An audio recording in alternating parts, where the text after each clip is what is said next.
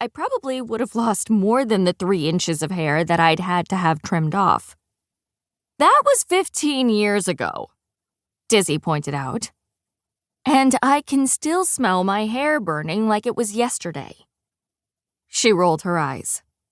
"Becca, you've cooked and baked 11 billion times since then without incident.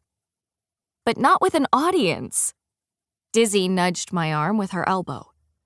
"You've acted on shows watched by millions of people. That's different. Give me a script and I'm fine." "Then your recipes will be your script." Dizzy twirled on the ice. "You should enter. And you should make your candy cane bonbons. The judges will love them." "I'll think about it," I promised. We skated around a group of giggling and gossiping teenage girls. Then the way ahead of us was clear again. "Well, while you think about it," Dizzy tore off ahead of me. "Race you to the hot chocolate stand. Loser's buying."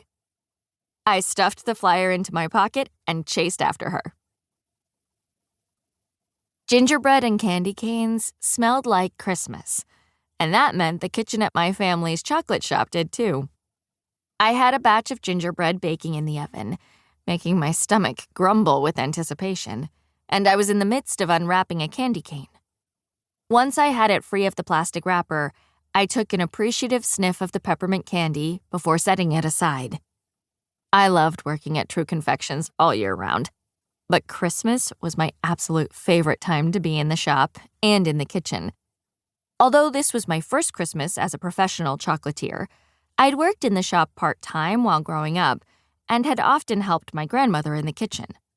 Now the familiar holiday scents brought back fond memories of childhood Christmases. And there always seemed to be extra cheer and bustle these days as customers filled their shopping baskets with gifts for others and treats for themselves. Adding to my buoyed spirits were the fluffy flakes of snow currently falling thickly from the sky. I didn't have a great view from the kitchen window, which looked out over the narrow alley behind the shop. But maybe that was for the best. If I could see the most beautiful parts of the town, I might not get much work done. Whenever I popped out to the front of the shop, I had a difficult time tearing my gaze away from the large window and the fairy tale-like scene beyond it. For that very reason, I'd made sure to stay put in the kitchen for the past 2 hours. In that time, I'd made the dough for the gingerbread and had rolled it out and cut it into the shapes of gingerbread people and Christmas trees.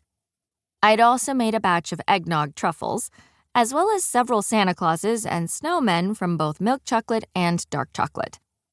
Now, while the gingerbread baked, I was busy making the ganache filling for my candy cane bonbons, the ones Dizzy wanted me to make for the Baking Spirits Bright competition. I'd thought about the possibility of entering the competition several times since she'd suggested it the day before, but I still hadn't come to a decision. I enjoyed taking part in town events, but there were far better bakers in Larch Haven than me.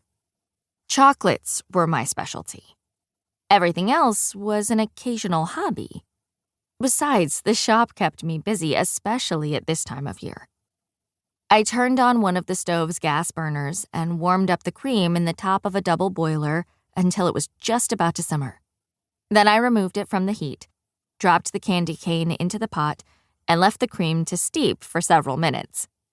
Once the cream was infused with the candy cane's flavor, I would heat it again before pouring it over a bowl full of chopped chocolate to make the ganache.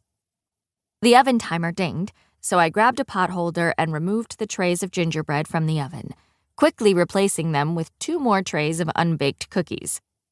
Once the gingerbread people had cooled completely, I would give them chocolate faces and buttons. For the Christmas trees, I would pipe on chocolate baubles and garlands. The gingerbread recipe was a family one, passed down from my great-grandmother, and the cookies were popular with the shop's customers as well as with my relatives. I set the oven timer and checked on my steeping cream.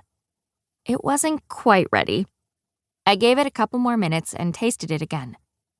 The heavenly candy cane flavor was just right. As I reheated the cream, my cousin Angela came into the kitchen. Our grandparents had started the family chocolate business